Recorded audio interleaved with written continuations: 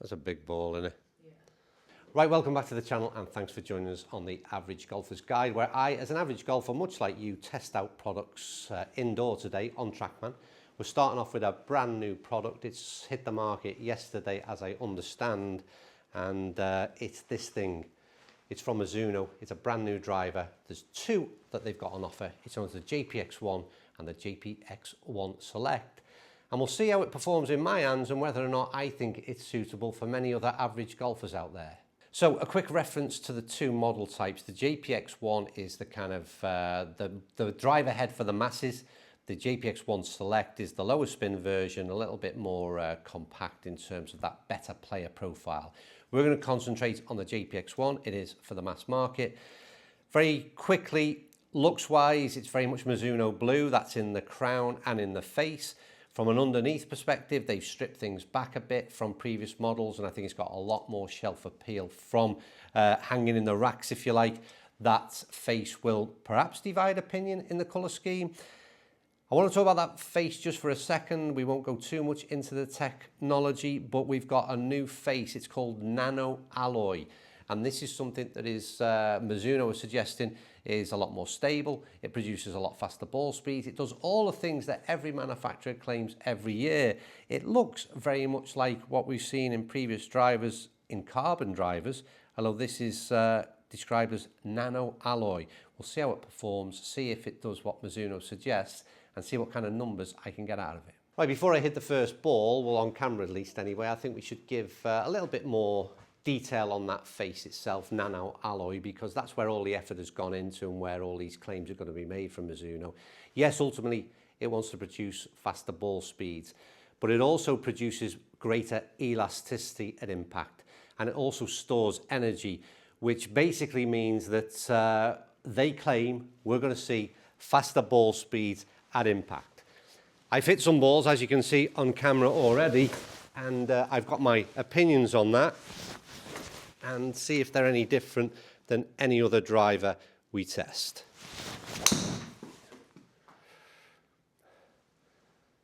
That's a 137 ball speed off a 92 club head speed. That's not too bad. Let's hit a few more balls. I notice that's come straight out the middle of the club face. It's a good start from me. Let's see how long that continues.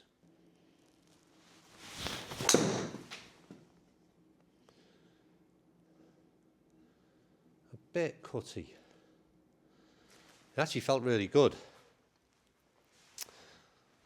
Got an interesting screen up where we've got the impact location, because it'd be really interesting to see this nano alloy face. How does it do in terms of off-center? That shot that you've just seen there is pretty central but high in the face. But if you go through those numbers, a couple of things to point out very quickly. I swing the club driver between sort of maybe 93 to 95. So a lot more like the average golfer. This is what this channel is all about. And with that club head speed, we're only realistically going to achieve a certain ball speed. That's how fast it comes off the face. That's what's been governed. And it's done really well. It's very efficient. That's what that smash factor says at 1.48. We've got a little bit of improvement to make, but ultimately we're not far off. Then you've got a launch angle of 15 and a spin of 2.4. I'd say those numbers are decent. For me, I'd like to see the launch a little bit lower. But again, what this driver is aimed at doing is launching the ball high. And in the shots that I've hit so far, it certainly does that. And like I said, on a personal note, maybe a tad too high at this moment. But it does it without that spin increasing super high. And that's something that's been consistent throughout every shot I've hit. That's where drivers have improved significantly. When a driver was set up to launch the ball high, it generally meant it would also spin very high. That combination of the two meant the carry distance wouldn't be that great. What they've achieved in this driver, and many of late, is get that spin number down, but still launch the ball high. So we've got a 224 carry, and we've got a 250 drive overall. So it's then about what kind of tweaks you can make to optimize that performance. But ultimately, so far, the driver's performance, in terms of Mizuno's perspective, technology-wise, is doing what it set out to do. So let's hit a few more and see if we can get a bit of a pattern on that club face, and let's see, really test the forgiveness at this new driver.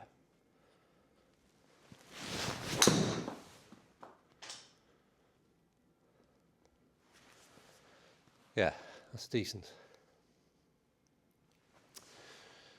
So again, what's been interesting is there's a couple of balls that you've seen high off the face that have carried a long way, which is really interesting. This previous shot, penultimate shot, was similar, 230 odd carry. Clubhead speed picked up a little bit, hence the reason the ball speed has picked up. That's what I said, everything is relative to how fast you swing the club. But what's been interesting for me is the launch has remained in a kind of window that I'd be comfortable with. There's the odd one that creeps up a bit high. 220 to 230 carry is again very much in my sort of wheelhouse. That's where I'm at. It ain't going to go much further. It's been relatively consistent. It feels really good. Nano alloy, the face.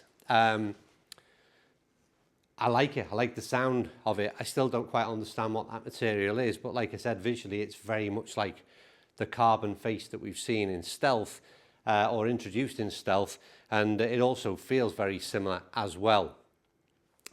I think that for me, the interesting bit for Mizuno is not necessarily the performance. The performance is very, very good indeed and seems to be very consistent, and I think this club will work in the hands of a lot of average golfers. The big problem they've got is, can they persuade people to buy it based on two things really? And those two things are the price point and also the aesthetics of this new JPX1 lineup. Because I think Mizuno are taking a bit of a gamble the minute you introduce a colour scheme into a driver that is sort of not the norm, let's say. So they've gone with this kind of blue face, very much blue crown and body that you see more so in the daylight. And I think that divides opinion straight away. Now, I've got no problem with it. It looks nice, it's a decent finish.